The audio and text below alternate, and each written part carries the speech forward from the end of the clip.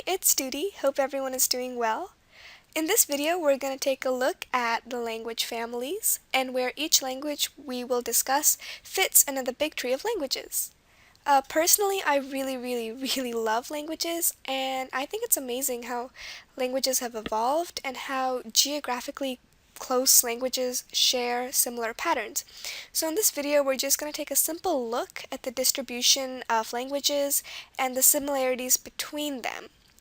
I will say, however, that it's important to remember that there's still a lot of research being done on language histories, so all of this is still very open to different interpretations, and there are many different perspectives and viewpoints on all of this. Plus, we're going to look at a very simplified version of the language branches. In reality, it's much more detailed and not so organized as many languages overlap.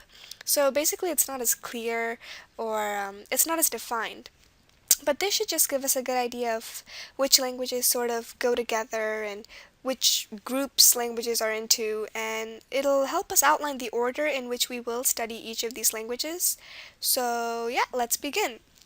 First of all, as you see here, all the languages in the world, or most I should say, are divided into these two big subparts, which are Indo-European and non-Indo-European. And as you can see, Indo-European, from its name, sounds like a very covering a vast geographical area, and it does. It covers Europe plus the Indic languages. So a lot of the words from spelling bees come from languages that are in the Indo-European category. But there's also a lot of languages that do not fit into this category, and they're classified as non-Indo-European. So we will take a look at those two. So basically, I'm going to separate these two, and we're going to take a closer look at sub-branches of each one of these, and yeah, go from there. So let's take a look at Indo-European languages first. Here I've got a basic map of Indo-European languages. Look here, the red is Kentum and the blue is Satem, and all this means is that Indo-European languages are also divided into two big groups, Kentum and Satem. Kentum, which includes Italic, Romance languages, Germanic languages, Celtic languages, and Hellenic languages, are usually found or are spoken in Western Europe. Okay, so they cover like Portugal, Spain, France, all the way to like Western Europe. And then Satem languages are a lot of Eastern Europe and the rest of the languages in Asia that are part of the Indo-European group. So Kentum is like Western Europe, and Satem is Eastern Europe plus the Asian ones that are in Indo-European in the Indo-European group. So I'll start with each one of these. We're going to start with Italic languages, the Romance languages. So let me start here. Okay, we should start out with the mother of all the Romance languages, which is Latin. Alright? Latin is very important. It's contributed a lot to English, and it's the mother of the 5 Romance languages, which are French, Spanish, Italian, Portuguese, and Romanian. Okay, these 5 are the Romance languages. Latin is like the mother of all these languages. Latin has contributed a lot to English and to these 5 languages, and if you take any of these languages at school or you speak any of them, you've probably noticed that they have a lot in similar. A lot of the words are similar. The grammar setup is also similar, and that's because they're all part of the Italic Romance language group. Okay, moving on to Germanic languages. Germanic languages were initially divided into 3 subparts: Eastern, it's going to write E, Northern, it's N, and Western, W. Now, Eastern languages didn't really survive too well, and there aren't that many languages that are East Germanic anymore, so we don't have to worry about this. But the North and the West Germanic languages have survived, and they are very important. They've given a lot to English. The North is a lot of the Scandinavian languages. Try to fit this all in here. We've got Danish and Norwegian, Swedish, and Icelandic. So these are part of the North Germanic language groups, and the West Germanic, I'm going to draw an arrow over here, West Germanic is modern German,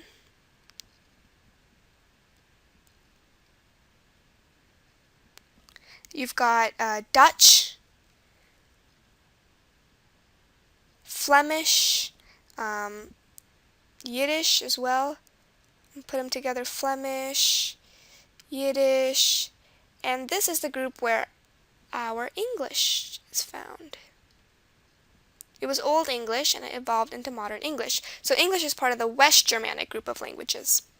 Okay, so all these together make up the Germanic language group. All right, moving on to Celtic languages. There's a lot of divisions into these, but main languages are Welsh. Let's write it here, Welsh. You've got the Gaelic, Irish Gaelic and Scottish Gaelic, and you've got Breton. So these are three main languages that fall under the Celtic category. Moving on to the last of the Kentum Indo-European languages, we have Hellenic, which is basically Greek, transformed into modern Greek. And Greek, just like Latin, is a major contributor to English, and it's very, very, very important. All the roots we get from Latin and Greek, they're so profound in English. So the Italic, Germanic, and Hellenic groups are very major for the English, major components or contributors to the English language. So yep, this is the Kentum branch of Indo-European.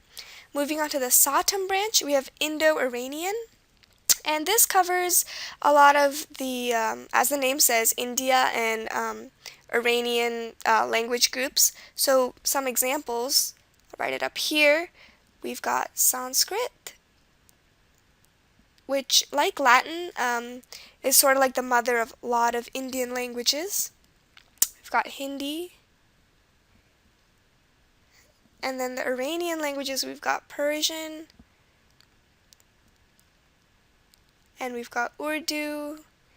And keep in mind, there's a lot of other languages that go into these. They're more detailed.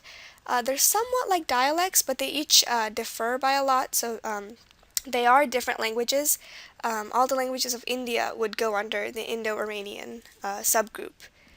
And moving on to the Balto-Slavic group, this is also divided into east, west, south, kind of like Germanic. So I'm going to go east. We've got the west, and we've got the south. East is basically Russian.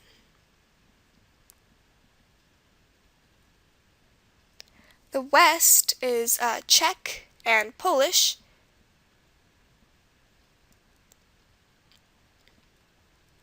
And the south is Serbo-Croatian.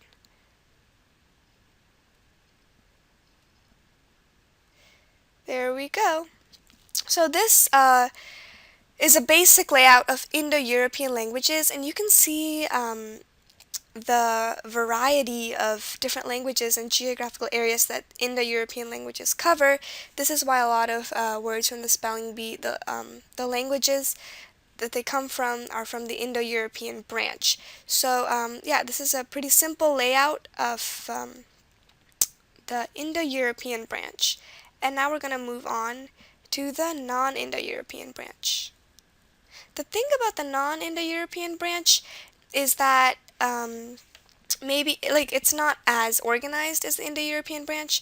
Indo-European is kind of clear cut as to if something is a Romance language or a Germanic language.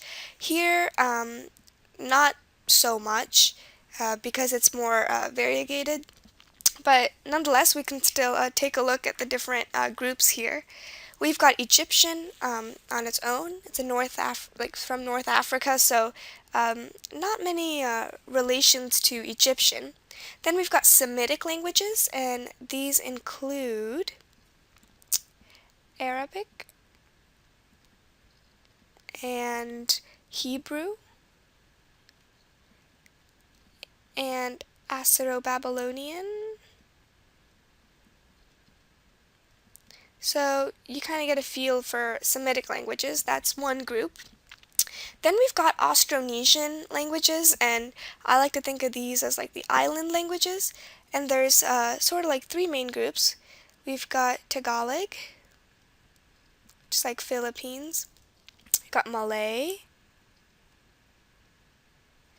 And then you've got a branch of Maori, Samoan, and Tahitian / Tahitian. I'm going to write it down here. And you've got Hawaiian. So these are sort of like the Polynesian group, and then Austronesian is basically like all of these together with Tagalog and Malay. Line under Egyptian. Okay, so yep, there we go. Egyptian, Semitic, Austronesian. Then we've got the Sino-Tibetan group. Sino basically means China or anything Chinese related. We've got Tibetan, so basically this just covers Chinese, Tibetan, and Burmese. And these are also very similar in words and such. So all these groups that I'm pointing out here for non-Indo-European and also for the Indo-European, those groups, those languages in a certain group share a lot of characteristics in terms of words or just the way they're spoken or pronunciations. They've got a lot in common. Okay, going to the Altaic languages. This covers somewhat wide variety of languages. Put it up here. It's got Turkish. Okay, Turkish. And then we've got Mongolian, Korean, and Japanese. And these three might seem more related to each other than Turkish, but Turkish is also part of the Altaic group, and they do have a lot of similarities. And we'll definitely look into this later when we study each one of these languages. Okay, now we go to the Finno-Ugric group, which is basically Finnish and Hungarian, and they've got a lot in common, for sure. And then we finish out with the Dravidian group. This is sort of like a remnant of those Indian languages that we talked about. There's Tamil and Telugu. A lot of the South Indian languages that are spoken belong to the Dravidian group. So here we've got a lot of major groups that belong to the non-Indo-European subgroup versus the Indo-European subgroup. And the thing is that all languages in the world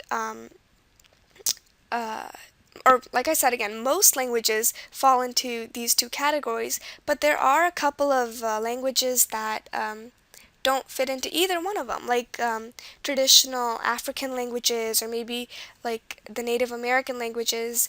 They, as of right now, as research shows, they don't have much relation to a lot of other languages. So they're sort of in their own little group, and we will discuss those further. So here you should get a basic idea of which groups languages are grouped into and how they go together, and the order in which we study these are going to be very similar. We're going to look at patterns that these have in common, each group has in common. So yeah, this should just be a very good eye-opener as to language groups and language families. Thanks for watching.